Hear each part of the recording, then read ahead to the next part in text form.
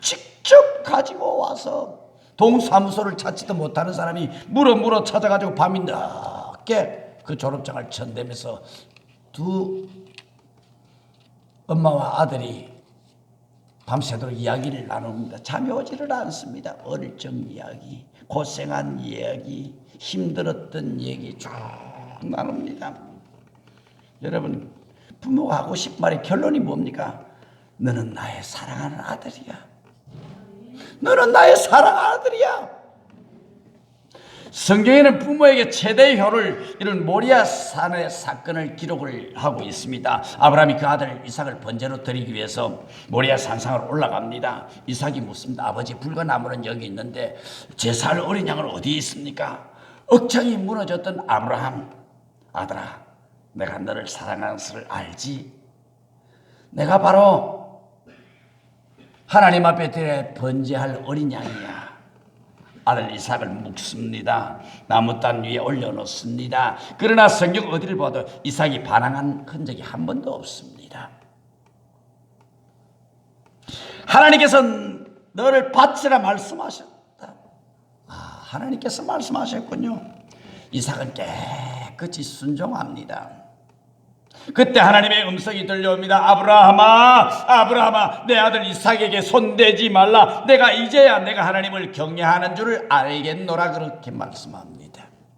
내가 손댄다고 아들이 잘 되는 게 아니란 말입니다. 하나님이 키워주셔야 되고, 하나님이 지켜주셔야 되고, 하나님이 보호해 주셔야 된다는 얘기입니다. 모리아 산상의 사건은 효도의 극치를 보여주는 사건이에요. 아브라함은 하나님의 말씀에 순종한 효자였습니다. 이삭은 자기 아버지의 말씀에 순종한 효자였습니다. 효자끼리 만나는 자리가 모리아 산이었고, 하나님께서는 모리아 산에 성전을 세웠습니다. 그리고 부모들에게 효도하는 자들에게 복을 내려주시겠다고 약속을 하셨습니다. 내 씨로 말미암아 천하 만민이 복을 얻으리라고 말씀을 하셨고, 효다는 저들의 몸을, 저들의 가정을, 저들의 삶을 통해 이 땅에 복을 펼치기를 원하셨던, 주님께서 원하셨던 그 사건, 지금도 하나님께서 하늘의 엄청난 보화를 준비하시고 효다들을 통하여 이 땅에 복을 펼쳐나가기를 원하고 있는 것입니다. 여러분, 정말 하나님 앞에 복을 받는 나와 여러분 되시기를 주님의 이름으로 축복합니다. 두 번째는 예수님의 효도 사건은 십자가의 사건입니다. 십자가의 죽음을 통해서 예수님이 이 땅의 모든 효를 다 완성하셨습니다. 마리아와 요셉 가정에서 태어나신 예수님이 일찍이 양아버지 요셉을 잃었습니다. 요셉이 일찍 세상을 떠난 모양입니다.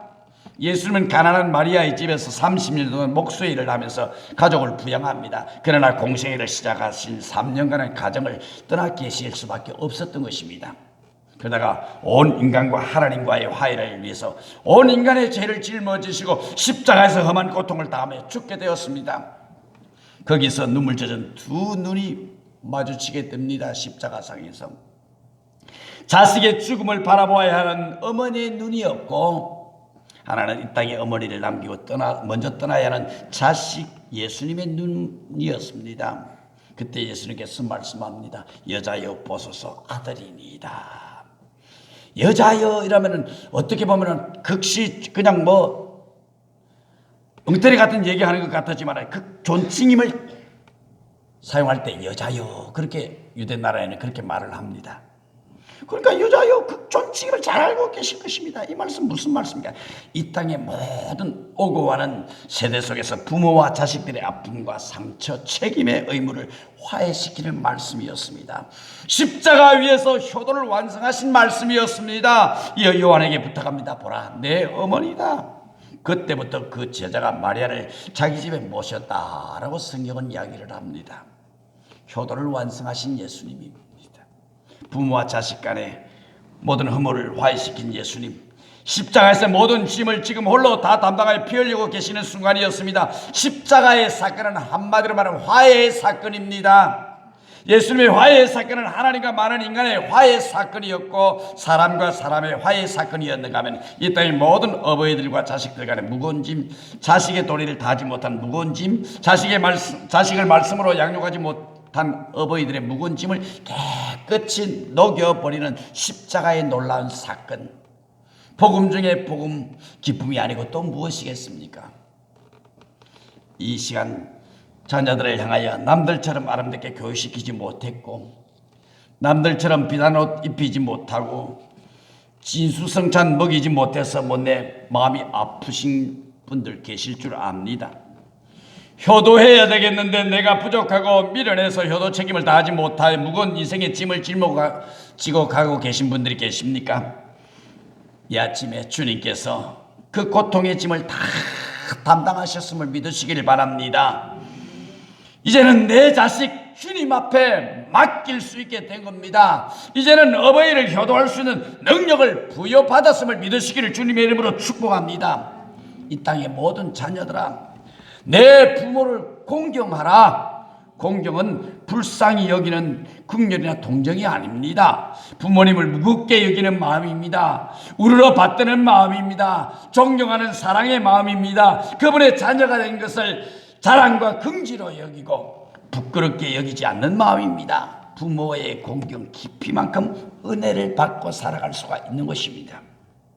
여러분, 효도가 뭡니까? 이 한자에 잘 표현되어 있습니다. 이 효도에 대해서 재미있는 설명을 하고 있죠. 10월에서 닷새 만에 장이 서지 않습니까? 장날이 되면 아들은 그동안 해서 모은 나무들을 가지고 지게 잔뜩 싣고서 아침 일찍 장에 나가서 나무를 팝니다. 저녁이 되면 어머니는 밥상을 탁 준비해놓고 어제나 저제나 아들이 오기만을 기다립니다. 해가 서산에 니엇니엇 넘어가는데도 아들이 돌아오지를 않습니다.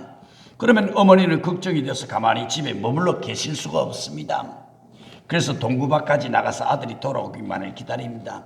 드디어 한 사람 두 사람 멀리 산모퉁이 돌아서 마을로 돌아오는 모습이 보입니다. 그러면 어머니는 더 애틋한 심정이 되어서 좀 더 멀리 좀 더 자세히 보기 위해서 동구밖에 서 있는 나무 위로 올라갑니다.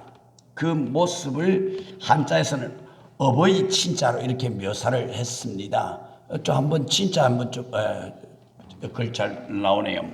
어버이 친자로 이렇게 묘사를 했는데 어버이 친자가 어떻게 씁니까? 설립 위에 밑에 나무 목자를 그려놨습니다. 위에 설립 자 밑에 나무 목자, 그리고 오른쪽에는 볼견자를 씁니다. 나무 위에 올라서서 집으로 돌아오는 아들을 그리워하면서 바라보는 그 어머니 애틋한 심정이 바로 어버이 친자입니다. 한편은 아들은 준비해 나간 나무를 시장에서 다 팔아가지고 그 돈을 가지고 어머니가 좋아하시는 반찬도 사고, 그만해야 되겠다. 반찬도 사러 가니까 반찬 하나도 안 사주려고 가만히 계시는데 어머니가 좋아하시는 반찬도 사고 또 어머니에게 드릴 선물들을 사가지고 집으로 돌아옵니다. 그런데 뜻밖에도 어머니가 계시지 않고 동구밭까지 나와서 자기를 기다리고 있는 그 모습을 보면서 아들은 너무너무 송구스럽게 생각을 합니다. 그리고 어머니에게 이렇게 말한다. 아니, 어머님 여기까지 왜 나오셨어요? 다리도 불편하실 텐데 집에 가만히 계시지 않고요. 그러면서 아들은 등에 지고 가던 찌개를 내려놓습니다. 어머님, 어서 이 위에 올라타세요. 그리고 어머님을 업어서 집에까지 모셔다 드리겠습니다. 그것을 한자에서는 효도 효자로 표시를 하고 있습니다.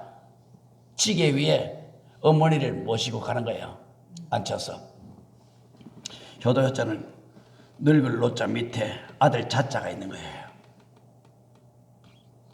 아들이 연로하신 어머님을 등에 업고 가는 모습이 효도 효자입니다.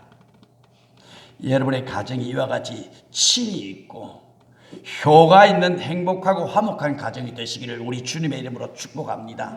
옛말에 효도에는 흉내만 내도 좋다는 말이 있습니다. 효도는 흉내만 내도 복되다는 말이 있습니다.